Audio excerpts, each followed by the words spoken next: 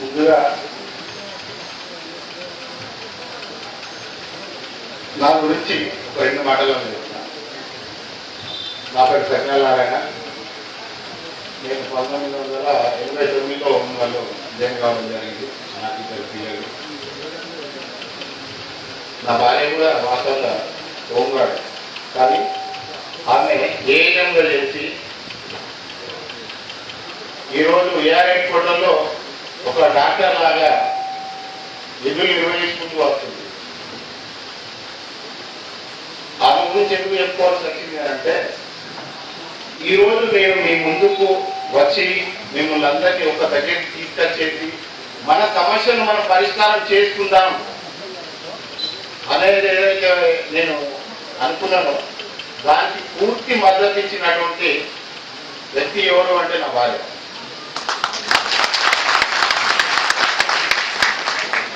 ఎందుకంటే నా భార్య ఈరోజు నన్ను ప్రోత్సహించకుంటే మిమ్మల్ని అందరినీ ఒక దగ్గర తీసుకొచ్చేవారు కాదు వాస్తవంగా. అదేవిధంగా మొన్న చనిపోయినటువంటి మన బాలరాజు మిత్రుడు అధ్యక్షుడు తన భార్య కూడా అదేవిధంగా ప్రోత్సాహం చేయడం జరిగింది. కానీ అతను ఏదో చిన్న విషయంలో గొడవ వచ్చేసి ఏదో అయిందని చెప్పేసి అధికారులు లేనిపోని విధంగా తనను గాడిగా మాట్లాడి అతనికి ఇప్పటి వరకు కూడా అతనికి ఎలాంటి న్యాయం జరగకుండా వాళ్ళ కుటుంబానికి కూడా న్యాయం చేయకుండా చూస్తున్నటువంటి వ్యవస్థ ఏది అంటే పోలీసు వ్యవస్థ. అందుకు వాళ్ళ భార్యకు మళ్ళీ బాలరాజుకు పిల్లలు లేరు. వాళ్ళ తమ్ముని వీడియో చదువుకోవడం జరిగింది, అది అందరికీ తెలియదు. ఆ పాపను వాళ్ళ శ్రీమతి ఇద్దరు వచ్చిండ్రు. వాళ్ళకు నేను తలవంచి నమస్కరిస్తున్నాను. ఎందుకంటే ఈమె వాళ్ళ పాప ఇద్దరు కూడా బాలరాజు గారికి సపోర్ట్ లేకుంటే, బాలరాజు గారికి సపోర్ట్ చేయకుంటే ఈరోజు కిషన్ రెడ్డి గారి దగ్గర కానీ లేదా శ్రీనివాస్ గౌడ్ గారి దగ్గర కానీ మన సమస్యలు తీసుకుపోయే వాళ్ళు ఎవరు ఉండరు. మనం ఏం చేయాలన్నా కానీ మన భార్య పిల్లలు మనకు సపోర్ట్ చేసినప్పుడే మనం ముందడుగేస్తామని చెప్పేసి ప్రతి ఒక్కరు గమనించుకోవాలి. మనం బ్రతికేది కూడా మన పిల్లల కోసమే అనేది కూడా ప్రతి ఒక్కరు గమనించుకోవాలి. ఒకటి మిత్రులారా, మీ అందరికీ కోరేది ఒకటే, ఎందుకంటే ఎక్కువసేపు మాట్లాడలేము, మేధావులను పిలిపేయడం జరిగింది. ఇప్పటికైనా కానీ వ్యవస్థ ఏదైతే మనం పడుతున్నటువంటి కష్టాల గురించి ప్రతి ఒక్కరికి తెలిసే విధంగా ఈరోజు ఎప్పుడు కూడా మనం అధికారులను పిలవలేదు, మేధావులను పిలవలేదు. ఈరోజు నేను ఎందుకు పిలిచిన అంటే వాళ్ళు చెప్పే మాటని ఇప్పటికైనా మీరు నమ్ముతారని. ఎందుకు అంటే మన హైదరాబాద్ సిటీలో 8,000 మంది ఉన్నారు, కానీ ఈ రోజు మన దగ్గరికి వచ్చిన వాళ్ళు ఎంతమంది, ఈ మీటింగ్కి వచ్చిన వాళ్ళు ఎంతమంది, ఇది నా కోసం చేసుకున్నది కాదు అని చెప్పేసి మీ అందరికీ కూడా తెలుసు, మీ అందరూ కూడా తెలుసు. కానీ ఎందుకు భయపడతాము? నౌకర్ తీసేస్తారనే కదా మీరు భయపడేది, లేకపోతే పనిష్మెంట్ ఇస్తారనే కదా భయపడేది. అదే మనందరం ఒక్కటై ఏం చేసుకుంటారో చేసుకోండి అని అన్నదానికో పోలీస్ వ్యవస్థ దిగిరాలి మన దగ్గరికి, రాష్ట్ర ప్రభుత్వం దిగిరాలి మన దగ్గరికి. కానీ మీ లోపల ఇంత భయం ఎందుకు ఉంది అనేది మనం అనుకుంటాము. మనం కాకి యూనిఫామ్ వేసుకున్నాం ఇక్కడ, మనం ఏమో కాకి యూనిఫామ్ వేసుకున్నాము. తోట పోయడానికి బెదిరిస్తాం, కానీ పోలీస్ అధికారులు ఎందుకు బెదిరించలేదంటే మన మీద చిరవడం చేసే అతన్ని మనం ఎందుకు బెదిరించకూడదు అంటున్నాడు. అంటే మనకంటే పైవాడ అతనికి ఏమైనా బొమ్మలు రావాలకు లేవు. కాబట్టి దయచేసి అర్థం చేసుకోండి. పోలీస్ అధికారులను బతిలాడుకోండి. మీరు వాళ్ళని తిరగబడమని చెప్పేసి అనట్లేదు. పోలీస్ వ్యవస్థ మన శత్రువు కాదు. పోలీస్ వ్యవస్థలో 80% మంచి అధికారులు ఉన్నారు. కేవలం ఒక 20 అధికారులు మాత్రమే, 20% మాత్రమే మనను అరే కోరే అనే వాళ్ళు ఉన్నారు. అది అందరికీ తెలిసిన విషయం. ఎందుకంటే ఒక్కొక్క హోంగార్డు వాళ్ళ సర్వీస్ లో ఒక 5-6 ఎస్ఐల దగ్గర లేకపోతే 5-6 సిఐల దగ్గర చేస్తామని, అరే ఫలానా సిఐ మంచోడు ఉండే ఈ పాల్తీగా వచ్చింది, అరే ఫలానా డిఎస్పీ మంచోడు ఉండే ఈ పాల్తీగా వచ్చింది. ఇలాంటి మనమే అనుకుంటాం. కానీ మన సమస్యకు వచ్చేసరికి వాడేం చేస్తాడో వీడేం చేస్తాడు. ఎందుకంటే భయపడదు. దయచేసి ఇప్పటికైనా అర్థం చేసుకోండి, ఎవరు భయపడకండి. మన హక్కును మన పోలీసు వ్యవస్థకు అడగలేదండి, రాష్ట్ర ప్రభుత్వాలు. గతంలో కేసీఆర్ గారు అన్నారు, మీకు అందరికీ తెలిసిన విషయమే, అందరి దగ్గర వీడియో క్లిప్లు ఉన్నాయి, అందరి దగ్గర స్టేట్మెంట్లు ఉన్నాయి, ప్రతి ఒక్కరి దగ్గర ఒక ఎవిడెన్స్ అంటూ ఉంది. మనం అడిగేది ఎవరిని అడుగుతున్నాం? ఈ దేశాన్ని పరిపాలించే, ఈ రాష్ట్రాన్ని పరిపాలించే ఒక రాష్ట్ర ముఖ్యమంత్రి కల్వకుంట్ల చంద్రశేఖరరావు గారు గతంలో ఏదైతే వాగ్దానం చేసిందో దాన్నే, అయ్యా మాకు ఇవ్వండి, మీరు గతంలో మీరు ఇచ్చిండ్రు కదా, ఇట్లా వాగ్దానం చేసిండ్రు కదా, మీరు పోలీస్ చేస్తా అని పర్మనెంట్ చేస్తా అని చెప్పేసి ఎన్నో ఆశలు పుట్టించేసి మొన్న కానిస్టేబుల్ నోటిఫికేషన్ జారీ చేయడం జరిగింది. కానిస్టేబుల్ నోటిఫికేషన్ జారీ అవుతుందని తెలుసుకున్న నేను రాష్ట్ర ప్రభుత్వానికి 3 సార్లు లెటర్ పెట్టాను. లెటర్ పెడితే ఆ లెటర్ను హోమ్ మినిస్టర్ గారి దగ్గర ఆపడం, లేకపోతే రాష్ట్ర ముఖ్యమంత్రి వారిలో చేతికి అందకుండా చేస్తున్నటువంటి వాళ్ళు మన దాంట్లో కూడా కొంతమంది ఉన్నారు. దయచేసి అలా కాకుండా, నా ఒక్కడి కోసం కాకుండా అందరి కోసం ఆలోచించే వాళ్ళు చాలా మంది ఉన్నారు. అదేవిధంగా నేను అట్లనే ఆలోచించిన, ఇప్పుడు మొట్టమొదటిసారిగా మనకు అంటే మేధావులను పిక్ చేయడం కారణం ఏంటి అంటే, మేమంతా ఒక్కటిగానే ఉన్నాం. మేము కూడా ఒక జేఏసీ లాగా ఉన్నాం. ఈరోజు బాలాజీ వర్గం ఒకటి, రాజేందర్ రెడ్డి వర్గం ఒకటి, నారాయణ వర్గం ఒకటి అనేది కాకుండా మేము ముగ్గురం కలిసే ఉన్నాం.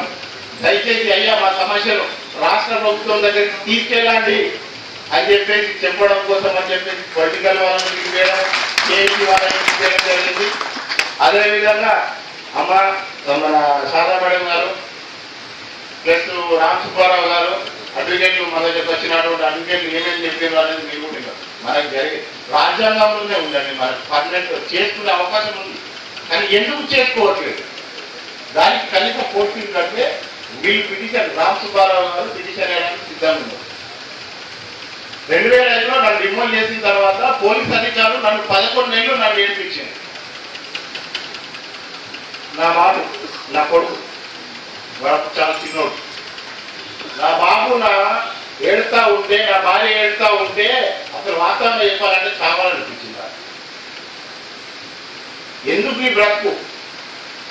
ఇన్ని సంవత్సరాలు చేసిన సేవను నన్ను గుర్తించలేదే, అన్యాయంగా నన్ను రిమూవ్ చేసిందే అనే ఒక ఉద్దేశంతో చావాలని అనుకున్నా వాస్తవం. కానీ చచ్చి సాధించేది ఏముంది? ఎందుకు కావాలని, ఏం తప్పు చేస్తా అని చెప్పి కావాలి అని చెప్పేసి మనసును రాయి చేసుకున్నారు. ఈ వ్యవస్థను ఏదో ఒక కొలిక్కి తీసుకురావాలి, ఆ విషయంలో అవసరమైతే నా ప్రాణం పోయినా బాధ లేదు అని ఈరోజు మీ ముందుకు రావడం జరిగింది.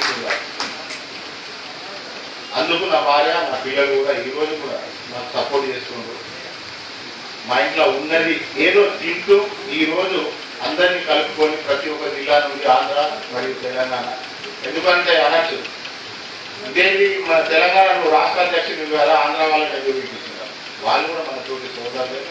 మనం ఇన్ని రోజులు మనం కష్ట సుఖాలు పంచుకున్నాం, కానీ ఈరోజు రాష్ట్రం విడిపోవచ్చు, కానీ మన హోంగార్డ్ వ్యవస్థ విడిపోలేదు.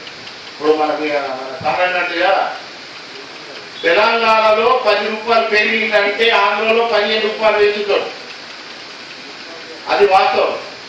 కాబట్టి మనం తెలంగాణలో ఆంధ్ర వాళ్ళు కూడా మనకు సపోర్ట్ చేస్తే రేపటి రోజు ఆంధ్ర రాష్ట్రంలో ఉన్నటువంటి హోంగార్డులకు కూడా న్యాయం జరుగుతుందని చెప్పేసి ఈ సందర్భంగా మీ అందరికీ తెలియజేయడం జరుగుతుంది. కాబట్టి ఆంధ్ర తెలంగాణ అనే దాన్ని పక్కకు పెట్టేసి మనందరం ఒకే కుటుంబం, ఒక తల్లి బిడ్డలాగా కలిసి కట్టుగా ఉండి అప్పుడు తెలంగాణ కావాలని చెప్పేసి కొట్లాడినటువంటి తెలంగాణ రాష్ట్రంలో ఉన్నటువంటి తెలంగాణ ప్రజలు, తెలంగాణ నుండి విడిపోవద్దని చెప్పేసి కొట్లాడినటువంటి ఆంధ్రప్రదేశ్ రాష్ట్ర ప్రజలు అప్పుడు కొట్లాడింది వేరు.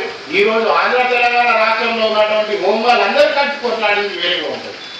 కాబట్టి మనందరం కలిసిగా ఉంటూ కొట్లాడుకుందాం. ఈ 2 తారీఖు నాడు తెలంగాణ రాష్ట్రంలో రాష్ట్ర ముఖ్యమంత్రి వర్యులు కల్వకుంట్ల చంద్రశేఖరరావు గారు తెలంగాణ రాష్ట్ర ఆవిర్భావ దినోత్సవం రోజు నాడు అధికారికంగా మనం పెట్టిన 2 డిమాండ్లు సారన్నారు కరెక్టే.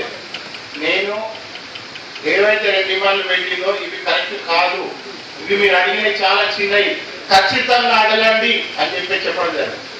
ఖచ్చితంగా అడిగితే ఈ 10 మంది కూడా రారండి ఈ మీటింగ్. ఇది వాస్తవం. ఎందుకంటే రేపు వెళ్తాన ధరకి వెళ్ళవేద వాళ్ళ మీటింగ్ అంటారు వాళ్ళు ఇంకొకటి చెప్తారు. ఇప్పటి కూడా నేను ప్రెస్ వాళ్ళు కూడా మనకు కొంతవరకు న్యాయం చేయడానికి ఉన్నా కానీ కొంతమంది అధికారులు వాళ్ళని అనగదొక్కుంటూ మనం ఇచ్చినటువంటి స్టేట్మెంట్ కూడా రాకుండా ఆపిలాగా ఇంతమంది వచ్చినందుకు నాకు చాలా హ్యాపీగా ఉంది. అందరికీ కూడా పేరు పేరున్న కలవాల్సిన అవసరం ఇస్తుంది.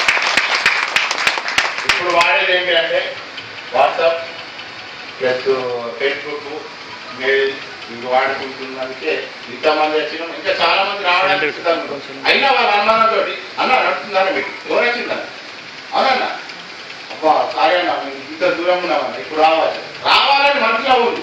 కానీ వాళ్ళకి ఒక భయం. ఎందుకు ఈ భయం? మనం పోయి ధర్నాలు చేయట్లేదు, రోడ్ల మీద బస్సులు అద్దాలు వల్ల కొట్టట్లేదు. ఈ రకంగా మాట్లాడుకుందామని చెప్పేసి అంటే దీన్ని కూడా అన్యాయం అంటే మనం విమోచిస్తారా అంటే మన కష్ట సుఖాలను మనం తెలియజేసుకోవడానికి ఉన్నతాధికారులకు తెలియపరిచే విధంగా రాష్ట్ర ప్రభుత్వానికి తెలియపరిచే విధంగా మనం చేస్తే కూడా అది కూడా మన తప్పేనా? దానికి కూడా మనం ఇబ్బంది పెడతారా? కాబట్టి దయచేసి టైం లేదు, ఆల్ టైం కూడా అయిపోయింది. మనకున్న టైం 2 మాటలు చెప్తున్నా మిత్రులు. తెలంగాణ రాష్ట్ర ఆవిర్భావ దినోత్సవం రోజు అధికారికంగా కల్వకుంట్ల చంద్రశేఖరరావు గారు మన రాష్ట్ర ముఖ్యమంత్రి గతంలో ఇచ్చిన మాట ఏదైతే ఉందో పర్మనెంట్ అని చెప్పేసి నిలిపోయింది అని చెప్పేసి మీరు ఇప్పుడు చేస్తా ఇప్పుడే నేను చేస్తా అంటే మీరు చేయరు, అది వాస్తవం. దానికి అధికారులు అడ్డుపడతారు, కొంతమంది పొలిటికల్ లీడర్లు ఇంకా చాలా మంది అడ్డుపడడానికి ఎదురు చూస్తూ ఉన్నారు. కాబట్టి మినిమం మొన్న రాత పరీక్షలు కానిస్టేబుల్ రాత పరీక్షలు ఎవరైతే రాసిందో వాళ్ళందరూ ఫిజికల్ ఫిట్నెస్ ఉండే కానిస్టేబుల్ గా వెళ్ళాలనే ఒక ఉత్సాహంతో మొన్న రిటర్న్ రాయడం జరిగింది. అందులో కొంతమంది మన హోంగాలు డ్యూటీలు చేసుకుంటూ చదువుకుంటూ 2-3 మార్కులతో ఫెయిల్ అయిన వాళ్ళు చాలా మంది ఉన్నారు. కాబట్టి అలా కాకుండా ఫెయిల్ అయిన వాళ్ళు పాస్ అయిన వాళ్ళకు కూడా ఎలాంటి షరతులు లేకుండా వాళ్ళు ఫిజికల్ ఫిట్నెస్ ఉండే కదా కానిస్టేబుల్ గా పోతాయని చెప్పేసి. కాబట్టి మన దగ్గర ఉన్నటువంటి 18,000 మంది హోంగాలు ఎంతమంది మన తెలంగాణ రాష్ట్రంలో ఉన్నారో అందులో నుంచి 4,500 మంది మాత్రమే కానిస్టేబుల్ రాత పరీక్ష రాయడం జరిగింది. అందులో నుంచి 4,000 మంది ఫెయిల్ కావడం జరిగింది, 500 మాత్రమే పాస్ కావడం జరిగింది. కాబట్టి 4,500 ఎలాంటి షరతులు లేకుండా నేరుగా కానిస్టేబుల్ గా ప్రమోట్ చేస్తూ ట్రైనింగ్ పంపించాలని ఒక డిమాండ్. రెండోది వచ్చేసి నా వయసు అయిపోయింది.